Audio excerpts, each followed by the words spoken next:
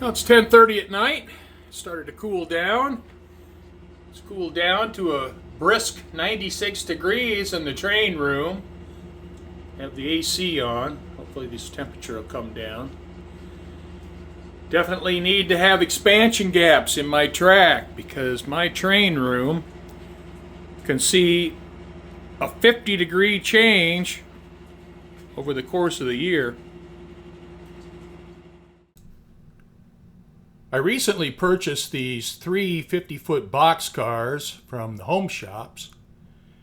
If you're not familiar with the Home Shops, they do freelance railroad paint schemes. Here I have paint schemes for the Virginian and Ohio, the Allagash, and Farland Terminal. Now these paint schemes are put on the new Rapido Berlin Mills boxcar. This 50-foot boxcar was built by Pacific Car and Foundry in 1979. As a latecomer to the hobby, the Virginian and Ohio by Alan McClellan was before my time, but even as a latecomer to the hobby, I'd heard of it, and I was just waiting for Home Shops to put this paint scheme out on a premium car.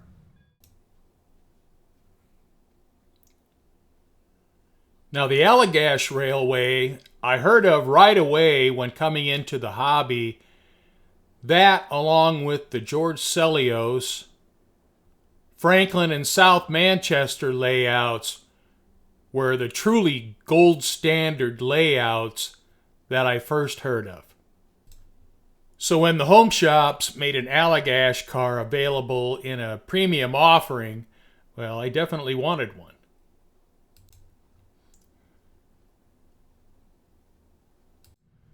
The third car is Farland Terminal. Now, Farland Terminal is Mike Ostertag's freelance railroad. Mike is the co-host of Second Section podcast on YouTube. I don't know where Mike is with his layout. I know it was a new layout construction. I don't know how far he's gotten with it. But that is where the Farland Terminal comes from. And since I watch Second Section podcast occasionally, I thought I would pick one of those up. My experience with Rapido has been a little bit hit and miss. Their Southern Pacific 50-foot boxcars were really good, but some other stuff I've gotten from them hasn't been as good. So let's take a look at these cars and see how Rapido did with these. We'll take a look at the Allagash car first, and first impression is it looks pretty good. Stenciling on the door looks good. I'm not sure if the rivets are in scale or if they're a little bit oversized. The detail level on the door looks okay. Not sure it's up to the Tangent or Molico standards. The paint looks nice and smooth. I like the separately applied door tracks and the nice door stops. The Allagash logo didn't pick up on the edges of the ribs. The stenciling's clean and legible. I like the separately applied wire grabs. The stirrup step looks pretty delicate. The break end of a boxcar is a pretty good place to show off the details of your model. This looks pretty good. You know, the wire grabs, the uncoupling lever, the brake detail, the photo etch platform, the brake air hose, the grab bar. All looks pretty nice. Another view of the brake end with the ladder detail, tack board, stenciling. The model has KD couplers. Well, with this view of the car, we have the reporting marks, the car number, build date, capacities. It's a Plate C car, which means it has a height of 15 feet 6 inches or less. Stenciling's all nicely done. Not a lot going on the roof. We have some strengthening ribs, has some rivet detail. The car has some pretty good undercarriage detail with all the brake hardware and valving. This model is the Pacific Car and Foundry 5241 50-foot boxcar built for Berlin Mills. 399 of these cars were built. Now, these cars served the Northeast, but they also traveled nationwide carrying paper products. These cars served paper mills until the early 2000s when the paper mills closed. The cars were then sold off and patched.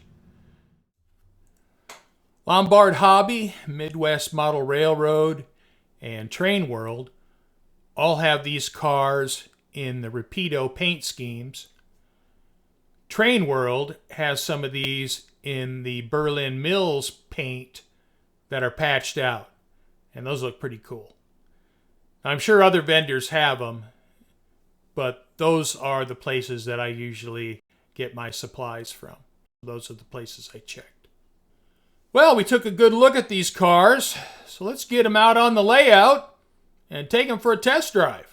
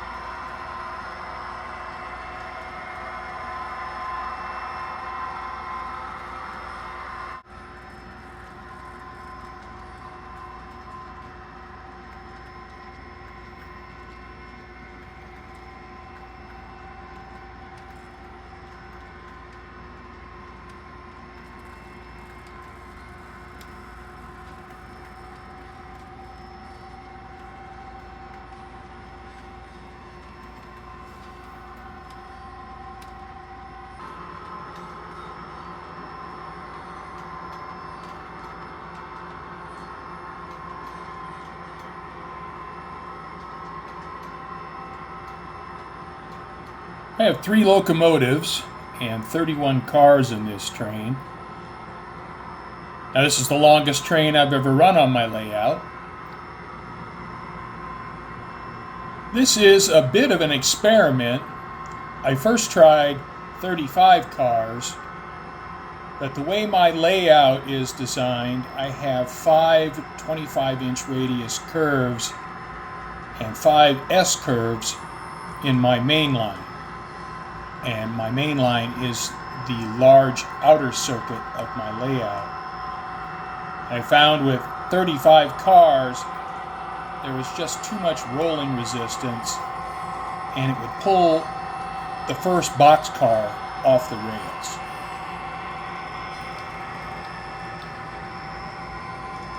What I would like to do in the future is start to experiment with adding mid-train helpers. Don't really have time for that now, but that's something that would certainly solve this problem.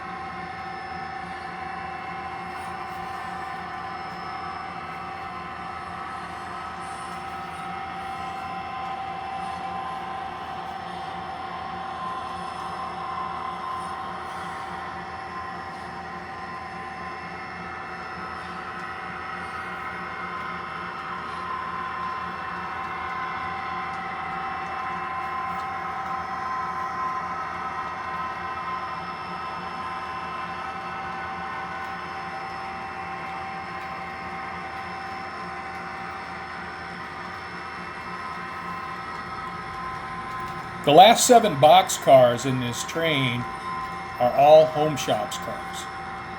And those are freelance paint schemes from notable layouts across the country.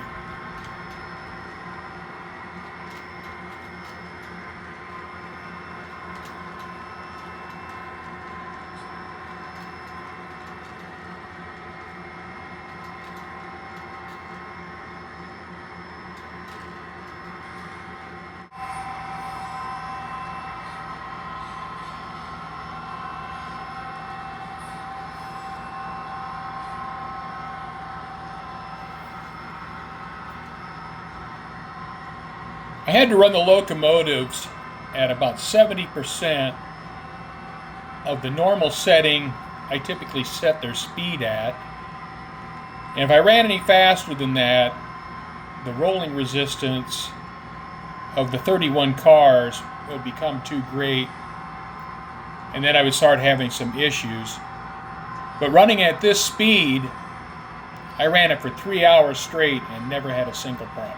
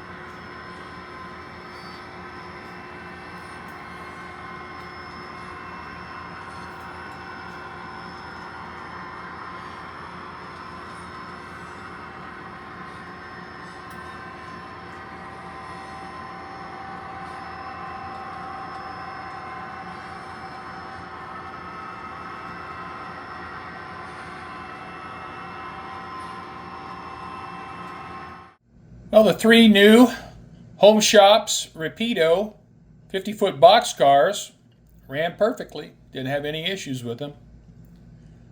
The level of detail on the cars is probably about equal with Athearn Genesis. So I want to thank you for watching, and I hope you come back and join me again.